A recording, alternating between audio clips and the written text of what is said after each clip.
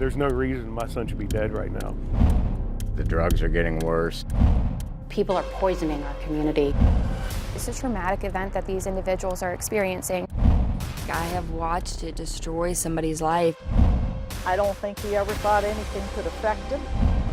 You know, it's not surprising that people can't stop using. Some die and some don't. We had over 344 overdoses. Not acceptable. It's difficult to watch that cycle repeat itself. This is me, I was handcuffed. I never thought there was so much fentanyl around here. It's terrifying. We have to combat what's going on. People are dying every day. It's only going to get worse if we don't do something about it. There's some gray areas there. It's not really open and shut. There'll almost be a revolving door, so to say.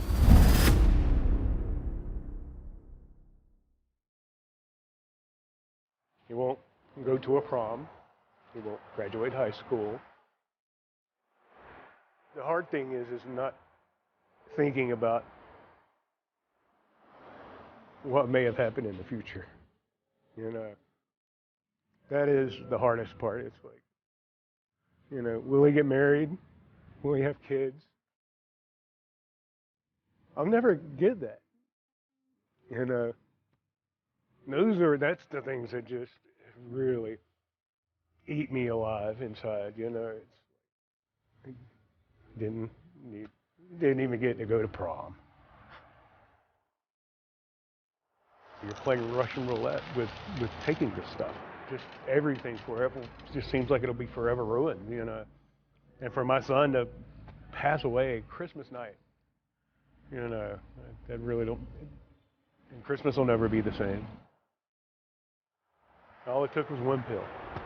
It took one pill to kill my kid. Him and his buddies thought they were taking Xanaxes, and it was not Xanax. It was a high dose, really high dose of fentanyl. He went to the hospital. He had a terrible throat infection, and they sent him home. And they gave him the Tylenol, but it wasn't working. So his friend came over and gave him Percocet, which was a street perk, and it's laced with fentanyl, and it's very common to get. And the problem is you could take 5 perks and you'd be fine. But you take one that's laced with more than 7 grains of fentanyl and it'll kill you. And your organs shut down. Your heart, your lungs, they shut down. And you can't move, you're paralyzed. So he died in a matter of hours. And that was very hard for me to accept. This is the one that takes you by surprise, though. This is the one that disembowels you, though, because you're not expecting it. And whenever a parent has to outlive their child, it's devastating. It's unnatural. It's the hardest part of my job by far. I love what I get to do. You know, when I see somebody come to the other side of that and celebrate victory over their addiction. But when you lose one to an addiction, especially at a young age, and the 2 that I've done this year were 16 and 39, and that's just way too young. All I could do is stand there and ask all these wonderful young people, how did you know my son? And I got so many different beautiful stories about Carlton that for me, that's what made it so real for me. Here's this guy who's 26 and he's got 60 years of experience with the people that are showing up for him. I'm still, even after 9 months now, I don't even know what to say. There's really not much I can say. They lost their child. And that's the most devastating thing I can possibly think of. Because it shouldn't have happened. It shouldn't have been that way. I think there's a number of problems. I think the drugs are getting worse. You know, having dabbled with a little bit of it in my day, you know, that something, you didn't have the danger that's out there. It's always been a danger, but not like it is today. And then just the availability, the access to it is so much easier today, and it's everywhere. I would say that the majority of our inmates are impacted from drug addiction or drugs themselves. From January to July, we've had 896 individuals here that we recognized and knew that they were detoxing from opiates. Those are the ones we know about. And the way we learn that is they're either conspicuously in the withdrawal process when they come, or we learn that, or they tell us. There's scores of people that come in, I'm sure, that get out very quickly that we don't know. They don't report that. Addiction is not like you get treatment and it's gone one day. It's a process. You know, you'll continue to use. And how easy is it to become addicted? Easier than most people think, actually. You know, most people think, oh, you know, to be an addict, you gotta be taking opioids for years, you know, and then, you know, but as quick as like a week. Right now, if you look at the coroner's data and you look at what people are overdosing on, it's this wild mixture of many different drugs. But fentanyl every single time, just about every single overdose is a fentanyl-involved overdose. I've gone to calls where the needles are laying on a coffee table, or a needle might still be in somebody's arm and they just didn't get it out in time. You kind of have an idea when you get there what the call is going to be like. You know, probably the hardest part of that is sitting down and talking to the parents and trying to tell them what you have and what you think it's going to be. They lots of times are in denial and just don't believe that their child would have done that.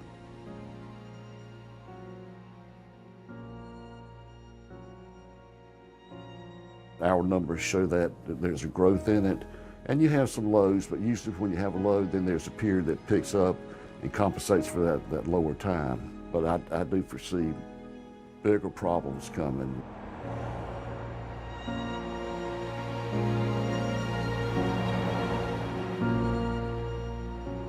When I get to my desk every morning and I see that somebody else has died, it's devastating. Because that's not just a number, it's a person. It is a family that has been torn to pieces. And there's nothing I can say or do, because again, I'm just one person.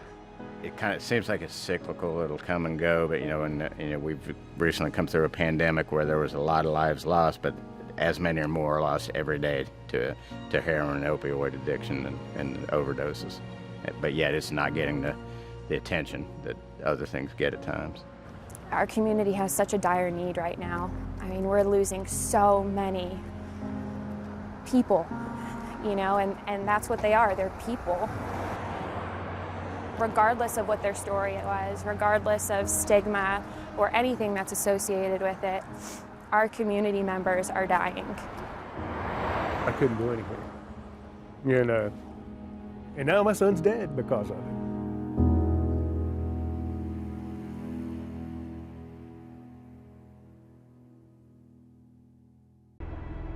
In some way, shape, or fashion, everyone can say that they've been impacted by addiction or overdose or something along those lines.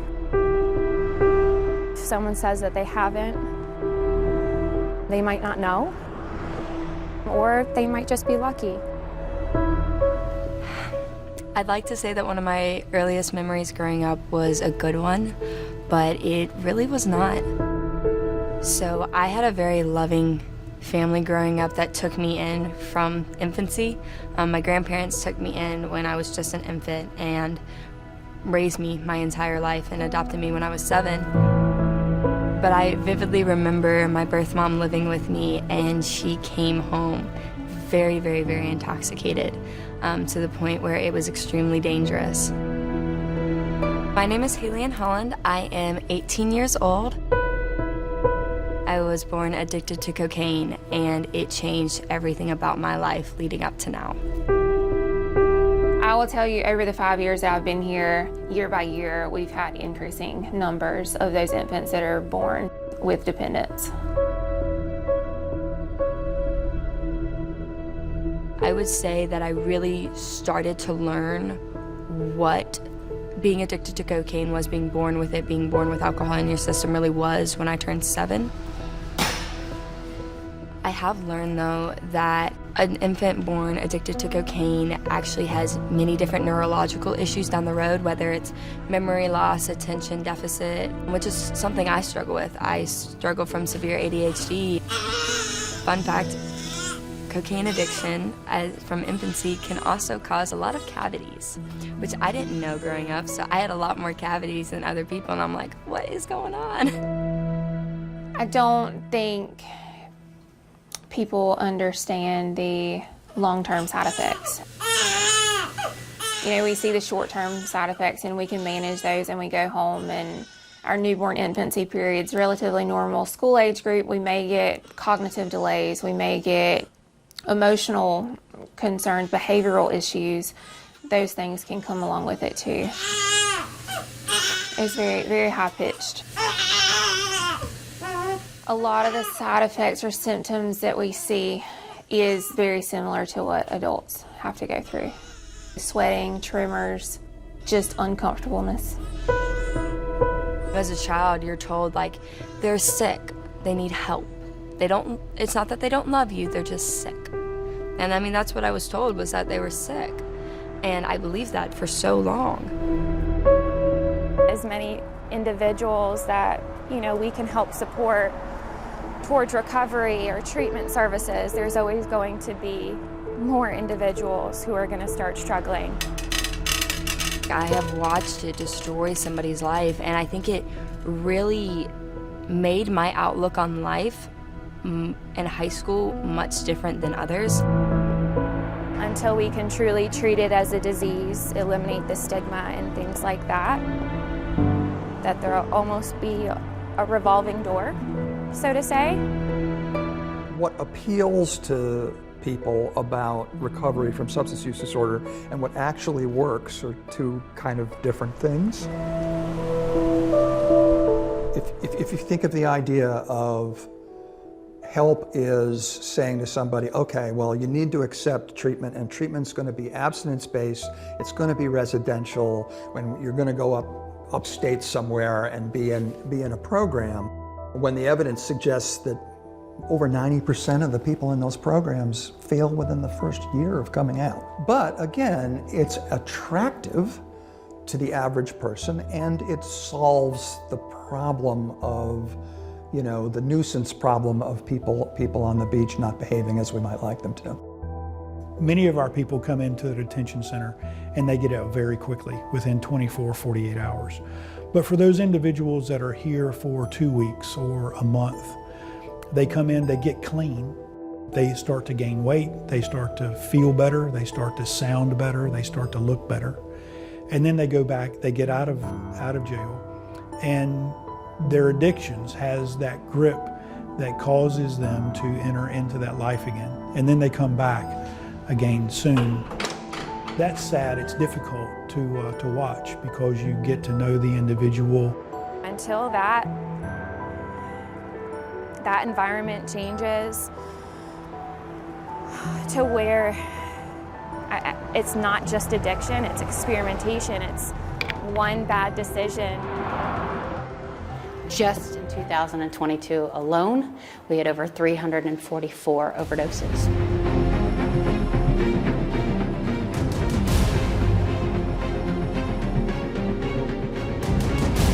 We admit about anywhere from 2,000 to 2,500 clients a year, and that's been growing. I think this year we may have hit a record. We were up there this year. You know, when you say admit, you're talking about outpatient services, correct? There's no inpatient at Circle. We used to have an inpatient women's program, but during COVID we had to close it. Infrastructure is an issue in our area. We don't have the treatment and recovery centers that we need. But when we talk about those issues, it's hard to talk about. Some people have a hard time talking about. We're fortunate that we have a group of service providers that are passionate about it. What can we do to fix this?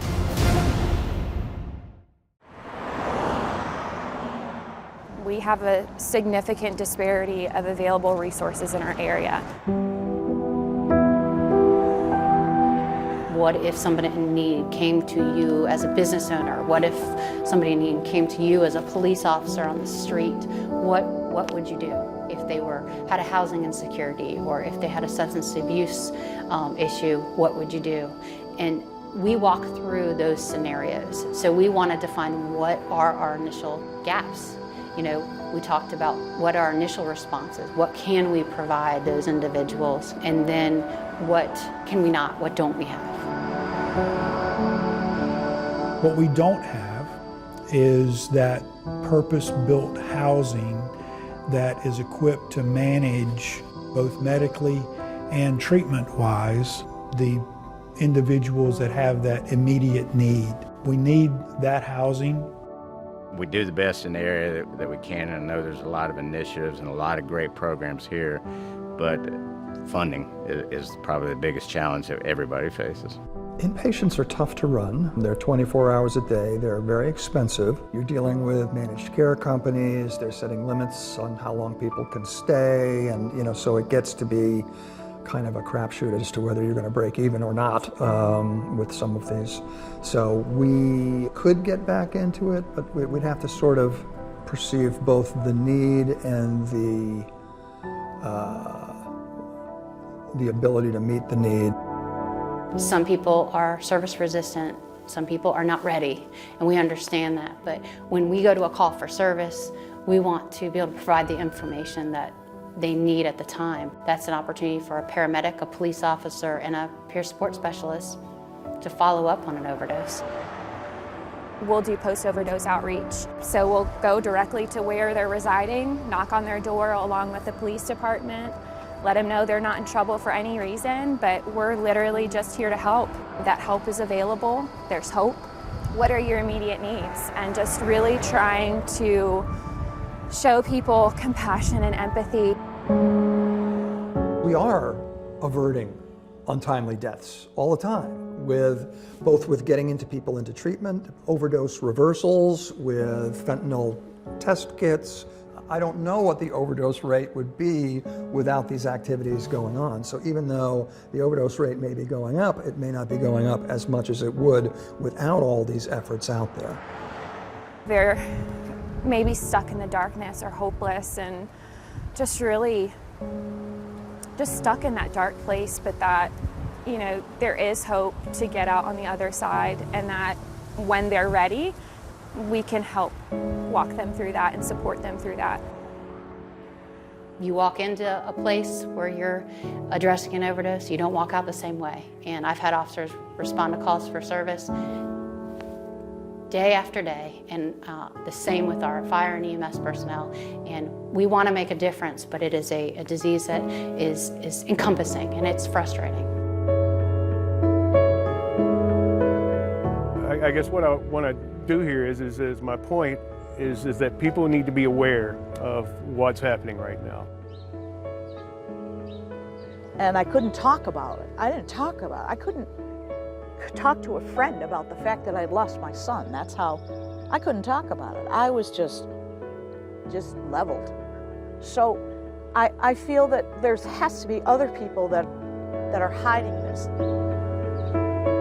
And I'm hoping that there's some shred of narrative that could be useful for another family that's suffering in silence. You need to love your kids as hard as you possibly can. Keep them close, because there is evil out there that will suck them right out of you, and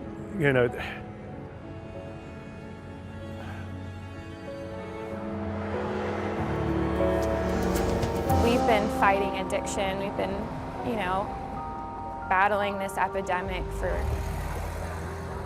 forever. It feels like, at least.